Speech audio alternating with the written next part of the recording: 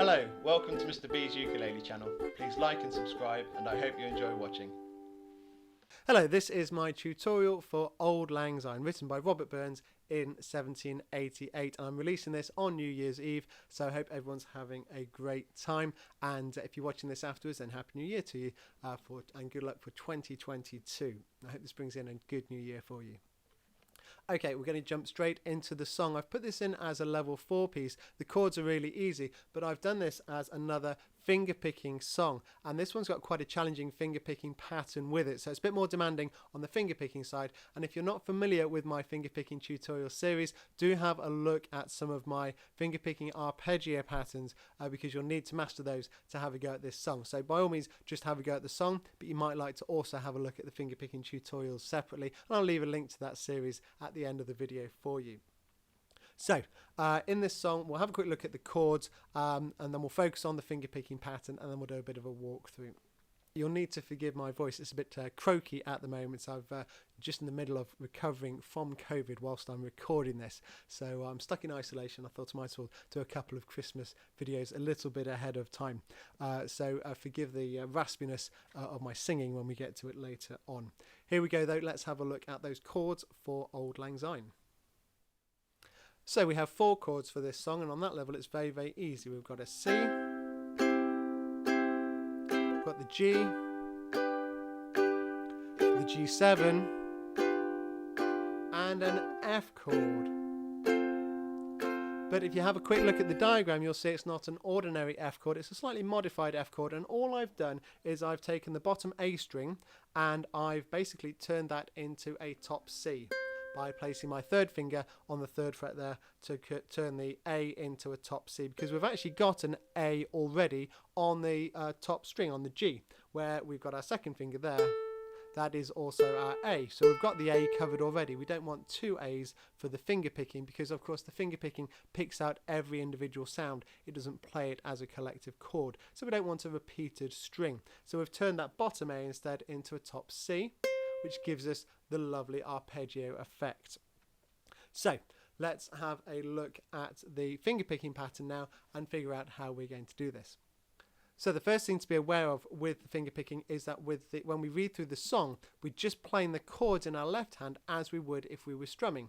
So instead of just strumming the chords, should old acquaintance be forgot, I'm doing the same thing in my left hand, and it's just the right hand that's different. Should old acquaintance be forgot and never brought to mind. So my left hand is doing exactly the same thing. The only thing that my left hand is doing differently is playing that F differently, and the other chords are all exactly the same. It's just that F chord that we've modified, and you can see very clearly on the diagram how we have done that.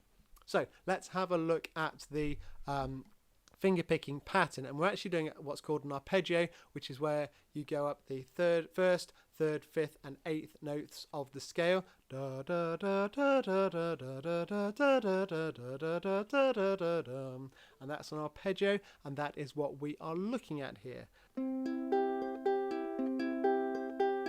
So let's try it on the C chord first of all. If you look at the diagram, you'll see we're using our thumb on the G and the C string. So our thumb at the top 2 strings, our index finger on the E string, and our middle finger on the A string. And we're not using our ring or little finger for this, so just use them to prop against the top of the ukulele to support the rest of your fingers on the finger picking there. So we go thumb, index, thumb, middle. And if I talk about the strings in terms of 1, 2, 3, 4, so just working down the ukulele, 1, 2, 3, 4, we're doing 2, 3, 1, 4, 1, 3. 2, 3, 1, 4, 1, 3. C, E, G, A, G, E. C, E, G, A, G, E. Thumb, index, thumb, middle, thumb, index. And it's just a simple repeating pattern all the way through the song. That's the only difficult bit you've got to learn, that pattern. Once you've done that, you're just changing chords as you play it, and it actually should flow quite simply.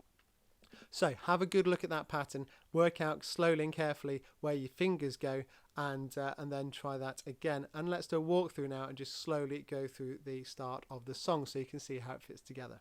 Should old acquaintance be forgot and never brought to mind?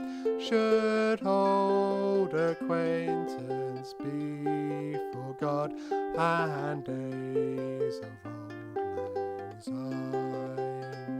For Auld Lang Syne, my dear, for Auld Lang Syne will take a cup of kindness yet for Auld Lang Syne. Okay, there you are. You can see how smoothly and beautifully that works as an underpinning sort of current on the ukulele there as you sing the melody there. It really fits nicely together. So do enjoy that one. I'm also going to have a bit of a go on the trombone at adding the last post, a bit of a sort of marching band crossover here. A lot of marching bands put Auld Lang Syne and the last post together as a great sort of fanfare. So I'm going to have a go at doing that in my sing-along next time. So do look out for that as well. Okay, hope you all have a fantastic Christmas and a happy New Year. Do take care. Thank you. For Auld Lang Syne, my dear, for Auld Lang Syne will take a cup of kindness yet for Auld Lang